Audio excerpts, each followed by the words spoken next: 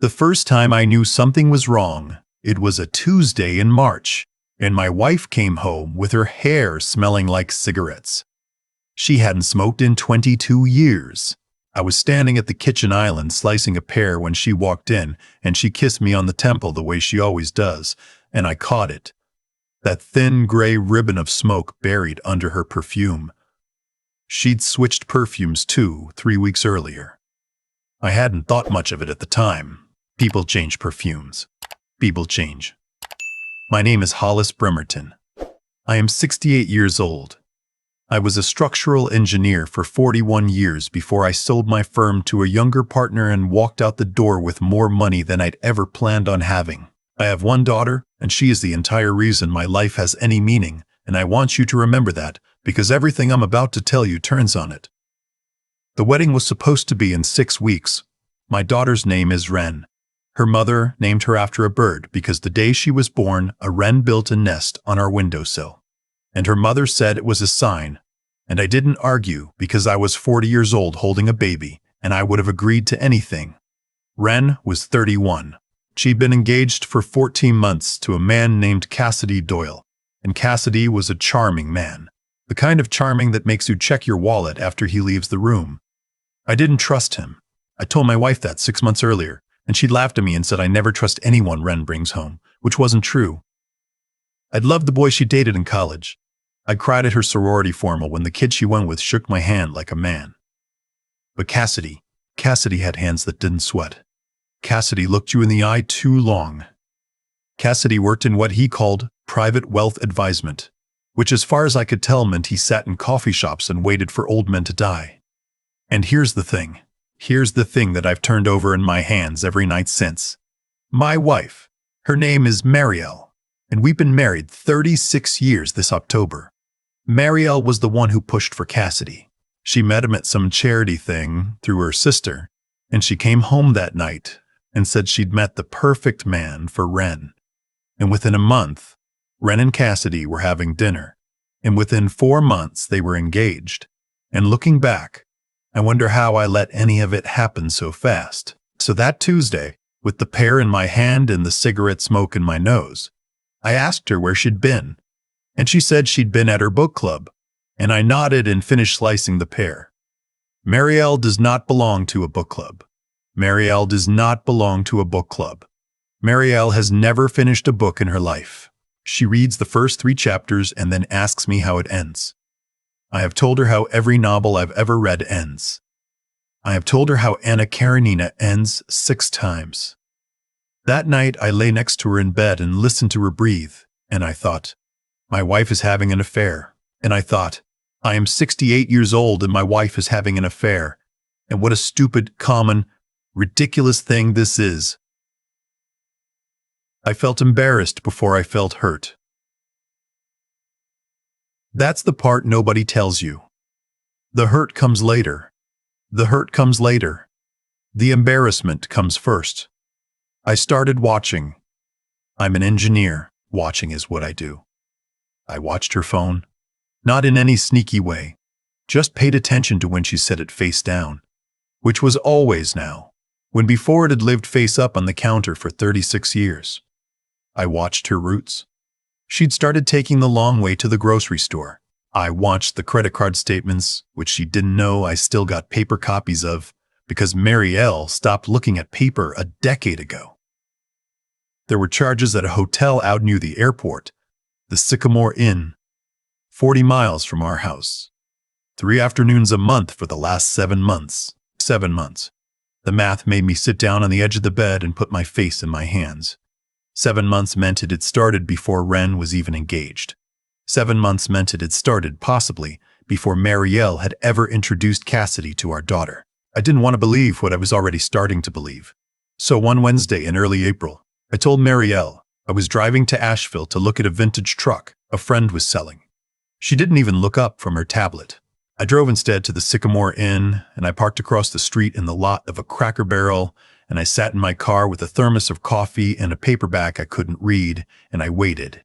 At 2:14 in the afternoon, my wife's silver Lexus pulled into the lot. She got out. She was wearing a dress I didn't recognize. She walked into the lobby like she'd done it 100 times because she had. At 2:21, a black BMW pulled in, and out stepped Cassidy Doyle. I want to tell you what that felt like, but I don't have the words for it. It was like all the blood in my body went somewhere else, somewhere lower, and left my chest hollow. I watched my daughter's fiancé walk into a hotel where my wife was waiting for him. I watched the door close behind him. I sat in that Cracker Barrel parking lot for 2.5 hours with my hands on the steering wheel, not gripping it, just resting on it, like I'd forgotten how to drive. When he came out at 4:52, he was alone. He got in his BMW and drove away. Marielle came out 11 minutes later, and her hair was wet, and she was smiling at her phone. I drove home. I beat her there by 20 minutes. When she walked in, I was at the kitchen island again, slicing another pear, because I didn't know what else to do with my hands. She kissed me on the temple. She smelled like the hotel's shampoo. She said, "How was Asheville?" And I said, "The truck was a piece of junk." And she said, "I told you it would be." And she went upstairs to take a shower she'd already taken. I'm going to skip ahead now because the next 2 weeks are a blur of me not eating and not sleeping and pretending to do both. I decided, in the way men of my age decide things, that I was going to confront her. I was going to walk into her bedroom one night and tell her I knew. And I was going to throw her out of my house. And I was going to tell my daughter. And I was going to call off the wedding myself if I had to. I had a lawyer's number written on a piece of paper in my desk drawer. I drafted in my head the speech I was going to give. And then my daughter came over for Sunday dinner. It was the second to last Sunday in April. Marielle was out running errands, or so she said. Ren came in and dropped her purse on the bench by the door and said, "Daddy, can I talk to you?" And she'd called me Daddy, which she hadn't called me since she was 19 years old. And something in me went cold. We went into my study. I closed the door. Ren sat in the leather chair across from my desk, and she folded her hands in her lap the way she used to when she'd done something wrong as a child. And she looked at me, and she said, very quietly, "Dad, I know." And I said, "You know what?" And she said, "I know about Mom and Cassidy. I've known for 4 months." I want you to understand what happened in my body in that moment. Every plan I had made, every speech I had drafted, every fantasy of righteous confrontation I had been nursing for 6 weeks, all of it collapsed. Because if my daughter had known for 4 months and hadn't told me, then either she was protecting her mother or she was planning something herself. And I knew my daughter. I knew my daughter the way I knew the load capacity of structural steel. She was not protecting her mother. I said, "How did you find out?" She said, "His phone. He left it on the kitchen counter at his apartment. He went to take a shower. There was a notification. It was a picture I never want to see again." I said, "Why didn't you tell me?" And she looked at me, and her eyes were calm, and she said, "Because, Daddy, if I'd told you, you would have blown it up. You would have thrown her out and called off the wedding and felt better, and they would have walked away with everything they've been planning to take." And I said, "What do you mean, everything they've been planning to take?" And she opened her purse, and she pulled out a manila folder, and she put it on my desk. I want to tell you what was in that folder, but I have to back up first, because none of it makes sense without context. 3 years ago, Marielle had asked me to put her name on the deed of our lake house. Just for estate purposes, she'd said, to make things simpler if anything happened. I'd done it. 2 years ago, she'd asked me to make her a co-trustee on the family trust I'd set up after I sold my firm, just so she could sign things if I traveled. I'd done that too. Last November, 6 months before any of this started, she'd asked me to add her as a beneficiary on a life insurance policy I'd kept since the 70s, the one with the cash value that had grown into something significant. I'd done that too because Marielle was my wife, and that's what you do for your wife after 36 years. What was in that folder, in my daughter's neat handwriting on yellow legal pads, was every one of those changes mapped onto a timeline, and alongside it, in a separate column, was a list of phone calls. Cassidy's phone calls. To a divorce attorney in Charlotte. To an estate attorney in Greenville. To a real estate broker about the lake house. All of them placed in the 4 months before Marielle ever introduced him to Ren. Ren said, "Dad, he didn't fall in love with her. He found her. Or she found him. I don't know which one. But the engagement to me was never real.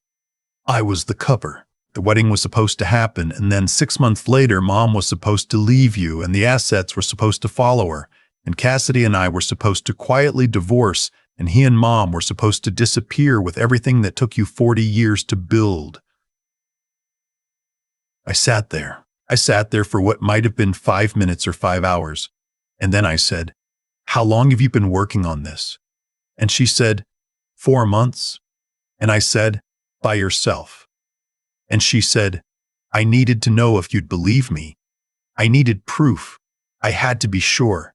And I said, "Why now? Why are you telling me now?" And she said, "Because the wedding is in 5 weeks, and I need your help. I'm going to tell you what the next 5 weeks looked like, and I'm going to try to keep it brief, because the satisfaction of what we did is in the doing of it, not the dragging of it out. My daughter and I, we became something neither of us had ever been before. We became a team. We had dinners at her apartment 3 nights a week, while Marielle thought I was at a poker night I'd invented. We hired a private investigator out of Atlanta, a woman named Adelaide who came recommended by a friend of a friend, and she got us video. Real video. Hotel hallway video. Restaurant video. Video of my wife and my daughter's fiancé sitting in the back of a wine bar in Charleston holding hands across the table and laughing at a man. At me, they thought was a fool. We hired a forensic accountant. He found a joint account in the Caymans, $41,000 in it, transferred in small amounts from a business Marielle had told me she'd shut down in 2019. She hadn't shut it down. She'd been quietly funneling money into it for 6 years. 6 years. That number broke me harder than the cigarette smoke. 6 years meant this wasn't an affair. 6 years meant my wife had been planning to leave me for at least that long and had simply needed a partner who could help her execute it. Cassidy was not the love of her life. Cassidy was the contractor she'd hired. We moved my assets. Quietly. Legally. I went to my own lawyer. Not the one Marielle knew about, but an old college roommate who'd practiced family law in Raleigh for 40 years. And I restructured the trust. I removed Marielle as co-trustee. I moved the lake house deed back into a holding LLC that only I controlled. I let the life insurance policy lapse. The cash value paid out to a new account that didn't have her name on it. I did all of this in the 3 weeks before the wedding, while she was busy with florists and seating charts and pretending to plan a future she had no intention of attending. Ren went to every cake tasting, every dress fitting. She held her mother's hand at the rehearsal. She let Cassidy kiss her on the cheek. She smiled at every relative who told her how lucky she was, how handsome he was, how perfect they looked together. She is the strongest human being I have ever known, and I say that as a man who watched his own father work 3 jobs through a recession. The night before the wedding, my daughter and I had dinner alone at a steakhouse downtown. She ordered a glass of wine and didn't drink it. I ordered a bourbon and drank it slow. We didn't talk about what was coming. We talked about when she was 9, and we'd gone to the Outer Banks and she'd found a sand dollar that had a perfect little hole in the center, and she'd worn it on a string around her neck for the entire next year of her life. I had forgotten about the sand dollar. She had remembered. She remembered everything. When dinner was over, she walked me out to my car, and she put her arms around my neck and she said, "Whatever happens tomorrow, Dad, you are the only man in my life who never lied to me." And I said, "You are the only person in my life who's ever known me." And she got in her car and drove home. The wedding was at the Magnolia Estate, an antebellum property 40 minutes south of the city that Marielle had insisted on because of the photographs. 212 guests. A string quartet. A 6-tier cake. Marielle had spent $84,000 on this wedding. most of it on a credit card I'd authorized her to use because I trusted her. And I want you to remember that, because that credit card is going to come back into the story. The ceremony was on a stone terrace overlooking a pond. Ren wore her grandmother's dress, which had been altered 3 times to fit her. She walked down the aisle on my arm. Marielle was in the front row in a pale lavender dress, dabbing at her eyes with a handkerchief. Cassidy stood at the altar in a tuxedo, smiling like a man who has already won. The minister began. He got through the welcome. He got through the first reading. He got to the part where he asks if anyone has cause why these two should not be joined. And my daughter turned around in her wedding dress and looked at her mother in the front row and said in a voice that carried clear across that terrace and reached every one of those 212 guests, "I do." The string quartet stopped. Somebody dropped a glass somewhere. Cassidy's face did a thing I have never seen the human face do before. It went through 3 expressions at once and landed on none of them. Ren said very calmly, "I cannot marry this man, because this man has been having an affair with my mother for the past 7 months, and because they have been planning, together for 6 years, to defraud my father out of his retirement." Marielle stood up. She tried to laugh. She said, "Ren, sweetheart, what are you?" And Ren said, "I have video. I have bank statements. I have phone records. And I have a forensic accountant in this audience who will be happy to walk anyone through the documentation." It was Adelaide. We'd seated her in the 4th row. Cassidy made a move toward Ren. He took 1 step. And I am going to be honest with you now. I stepped between them. I'm 68 years old, and my back is bad and my left knee has been replaced. But I stepped between my daughter and that man, and I said, "You don't get to touch her. You never did." He stopped. The minister was still standing there with his book open. The string quartet was sitting frozen with their bows in the air. 212 people were absolutely silent. And then somebody, I don't even know who, somebody started to clap. Just one person. Way in the back, and then another, and then the whole terrace. Marielle ran. She actually ran, in heels, across the stone terrace and through the side garden and toward the parking lot. And Cassidy ran after her, and I want you to know that they didn't get far, because Adelaide had, at my request, already had a private process server waiting in the parking lot with the divorce papers, the trust dissolution papers, and a restraining order I'd had drafted that morning. Marielle was served on the gravel driveway of the Magnolia estate in her pale lavender dress by a woman named Jeanette, who had been doing this work for 30 years and had, Adelaide told me later, never had a more satisfying day in her career. Cassidy was served 3 minutes later. Civil suit, fraud, conspiracy, notorious interference. I'd had my lawyer prepare the filings for 2 weeks. The reception was supposed to be at 6. Instead, my daughter and I and about 150 of our remaining guests, the ones who hadn't fled in confusion or run after Marielle for the gossip, we ate that 6-tier cake on the lawn. We ate it with our hands. The string quartet, after a long pause, started playing again, and somebody put on a Sinatra record, and I danced with my daughter on the grass while she was still in her wedding dress. And I want to tell you it was sad, because part of it was, but most of it was the freest I'd felt in 36 years. The credit card. Remember the credit card? Marielle had charged $84,000 to it for that wedding. 2 days after the ceremony that wasn't, I called the bank and reported the card stolen, because legally and morally, that's what it had become. The charges were reversed. The vendors were paid out of a separate account I'd set up specifically for this purpose. Marielle was on the hook for the disputed charges, which she could not pay, because I had also, and this is the part I'm proudest of, canceled her authorized user status on every other account we shared. The morning of the wedding, before the ceremony even started, she moved in with her sister. Her sister kicked her out 2 months later, when the sister learned what she'd done. Last I heard, she's renting a 1-bedroom apartment in Greensboro and working part-time at a department store. Cassidy is awaiting trial. The civil judgment came down in October.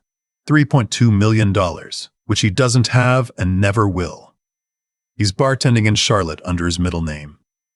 Adelaide checks on him for me, periodically, because I like to know where he is. My daughter Ren went back to school. She'd always wanted to get her master's in art history, and she'd put it off when she got engaged. And now she's at Duke, and she comes home every other weekend, and we cook together, and we talk about everything and nothing, and sometimes we don't talk at all. She told me last month that she doesn't know if she'll ever marry, and I told her she has plenty of time, and she said, "I know, Dad. I just wanted you to know I'm not in a hurry. I sleep in a different bed now. I bought a new one. The old one had been ours for 15 years, and I couldn't lie down in it anymore. The new bed is smaller, and it's mine, and I sleep through the night now, which I hadn't done in months. I want to tell you what I learned. I want to tell you, especially if you're a man my age watching this, or a woman who has loved someone for a long time and started to feel something shift in the floor beneath you. I want to tell you that the people you love can betray you, and the people you love can save you. And sometimes those are the same week. I want to tell you that being old does not mean being helpless. I want to tell you that the worst thing you can do when you sense something is wrong is convince yourself you're imagining it. You're not imagining it. You raised yourself on the smell of cigarette smoke and the wrong perfume and the credit card statements, and your gut is telling you the truth, and you should listen to it. But more than anything, I want to tell you about my daughter, because the story you've just heard isn't really about a betrayal. It's about a 31-year-old woman who, when she found out the truth, did not run to her father in tears. She built a case for 4 months alone, in silence, while smiling at the man who was trying to destroy her family. She built a case, and then she came to me, and she did not cry, and she did not ask me to fix it.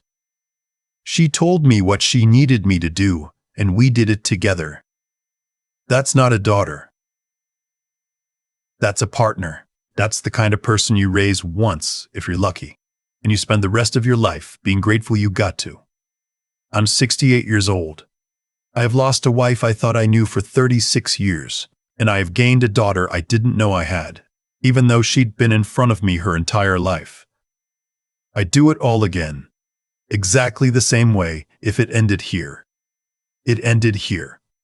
I've had a lot of quiet mornings since the wedding that wasn't. I sit on my back porch with a cup of coffee that's gone cold while I wasn't paying attention, and I think about how a man can spend 40 years building something and then almost lose it all in a single season because he didn't want to believe what his own nose was telling him.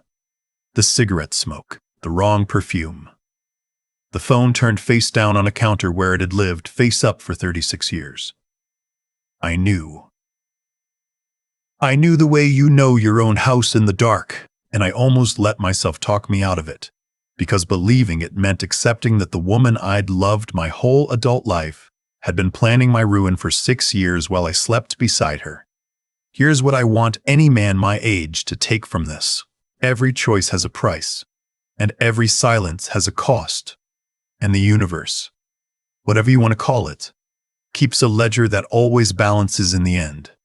Marielle made her choices in small increments over 6 years. 1 perfume, 1 credit card charge, 1 hotel room at a time. She thought she was being careful. She thought she was being smart. But choices like that compound, the way interest compounds. And one day the bill comes due all at once, on a stone terrace in front of 212 people.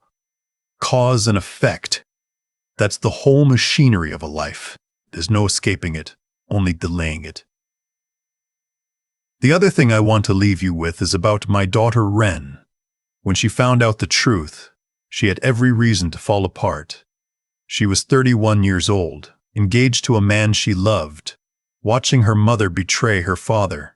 A weaker person would have wept. A weaker person would have run to me. But she sat with the pain for 4 months, and she turned that pain into evidence. That's not luck. That's not God. That's character, built quietly over a lifetime of small decisions.